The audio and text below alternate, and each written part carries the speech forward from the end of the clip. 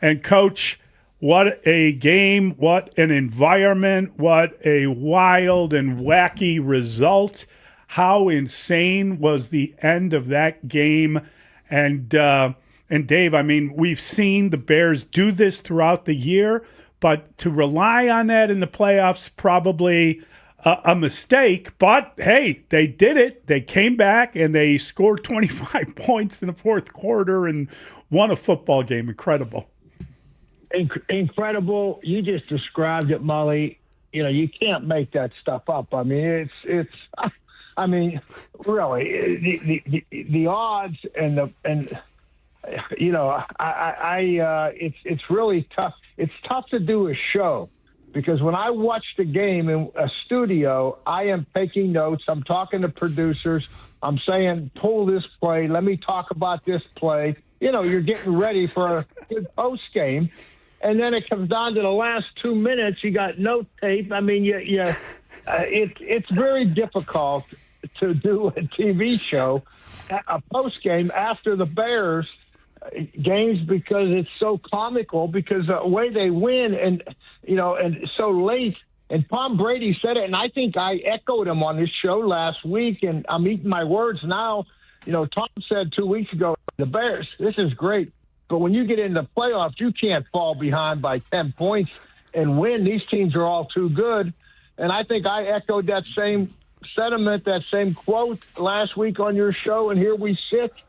And they did it again. I mean, there was truly, with Caleb Williams, if the listeners close their eyes, you truly do see some Patrick Mahomes plays. He's not Patrick Mahomes. That's not what I'm saying. Okay, but you see him make plays that Patrick Mahomes might be the only guy that can make in the NFL, and it's just it's exciting. It's so exciting and so great to watch that stuff. I mean, it's amazing. So, Dave, those are the kind of things that you really can't coach because it's natural ability, and Caleb Williams has that kind of just the penchant to come through in the clutch. But from a defensive perspective, you can coach the way that the Bears played in the second half. What did they learn from that experience, do you think, in adjusting to the Packers' offense in ways that can help them against Matthew Stafford? Well, one quick comment on your first thing, David. You're 100% correct. And if you remember what Caleb said right after the game, he says that Ben came on the headset or was on the sideline and said, okay, kid, I need you now. Go do your stuff. So you're 100% right. I mean, you call the plays and then you just kind of sit back and watch. So anyway, that was a great comment, I think, by Caleb and Ben, really.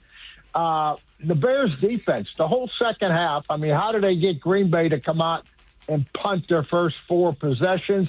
I thought that they were a lot more aggressive. And I'm not talking just about aggressive third down blitzing that everybody they were running some run blitzes. They were doing some movement things inside with the defensive linemen. I thought that their defensive scheme starting the second half, you know, they kind of sat around and said, you know, what we're doing isn't holding up. We got to become a little more aggressive on the run. Let's get our safeties up there. Let's mix in a little bit of pressure when we think it's pass. And I thought they did that much more than the first half, and it was successful. Just an extraordinary turn of events. Caleb Williams was phenomenal in the fourth quarter, and it's amazing to see him able to turn it on like that. The one that really I thought shocked me was the fact that the Packers had the ball. So the Bears, the score was close to 3, and the Packers get the ball, and they start out they get to I think it was a 1st and 10. Josh Jacobs has a run. The Bears call timeout. The Packers come back, and they get a 12-yard pass. So as far as trying to control the clock, make sure you have time left. That was, I think, 3:16 when the Bears called timeout. The Packers are on a first down. They get the ball back. And you're sitting there and you're like, wow, like they can probably kill this game and win this game and score a field goal, whatever it is they're going to do.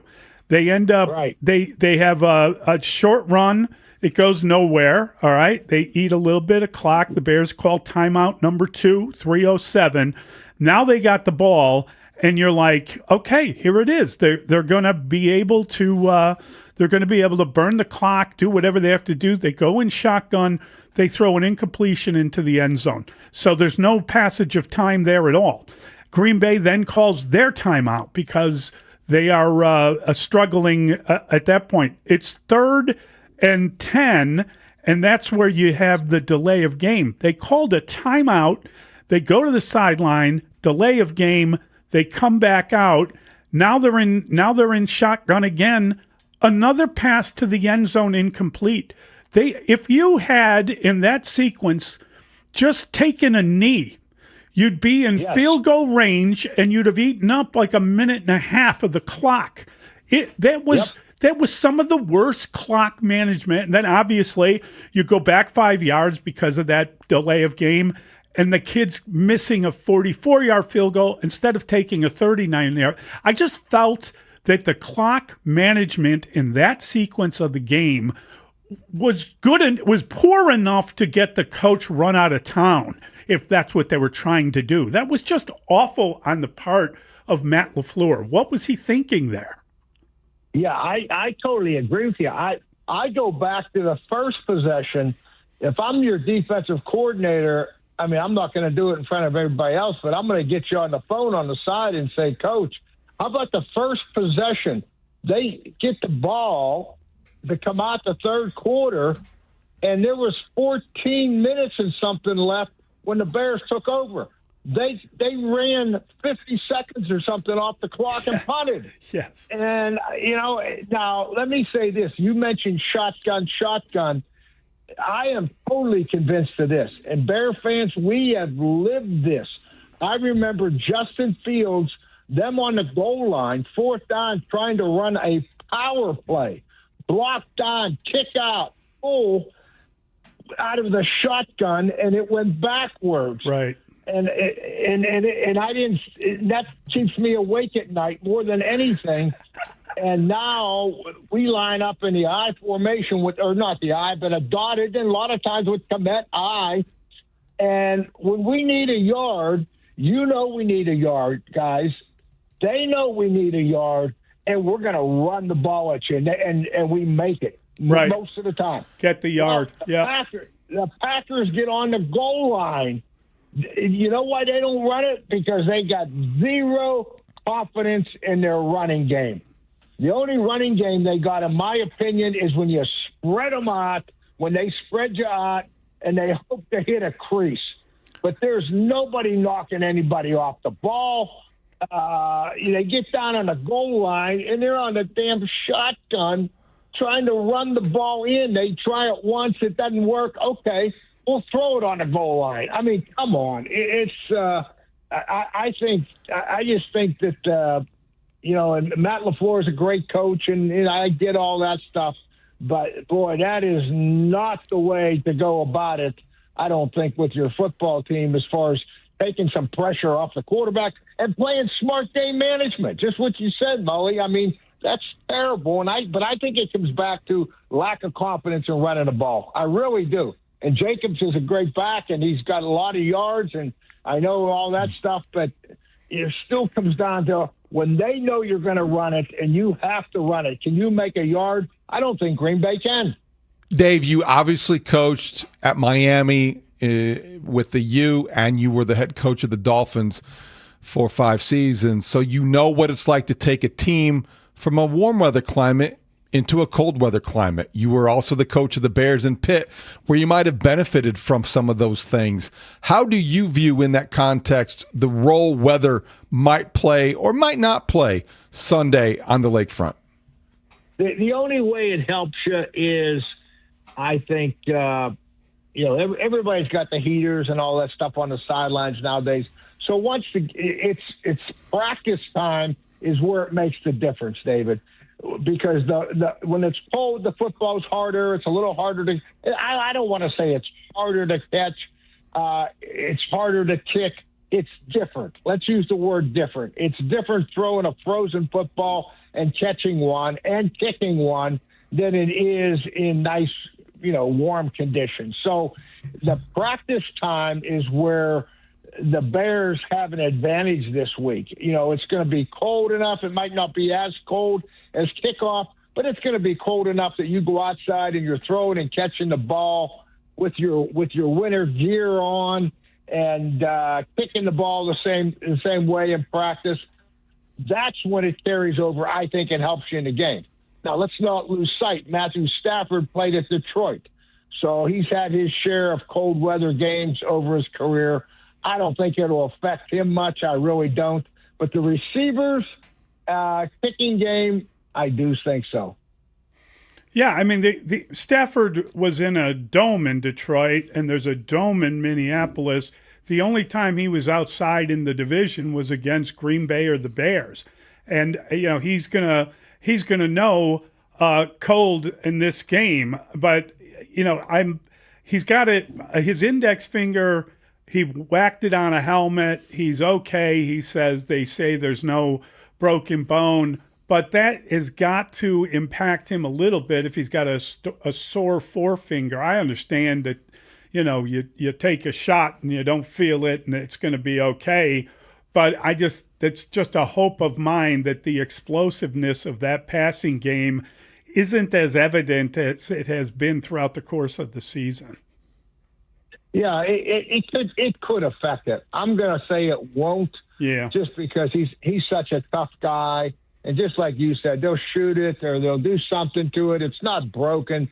And they'll get the swelling out of it this week. He'll be on ice and in treatments 24/7. He won't probably get as much practice time as he would throwing, but does he really need it at this point in the season? Probably not. I don't think it'll affect him much, Mully. So, Dave, when you look at this schematic matchup, you've got two of the best play callers in the business, Sean McVay, Ben Johnson. We've seen evidence already of what that can mean when you have a play caller that dynamic. Look at the 49ers. Kyle Shanahan called a flea flicker pass. It worked for a touchdown.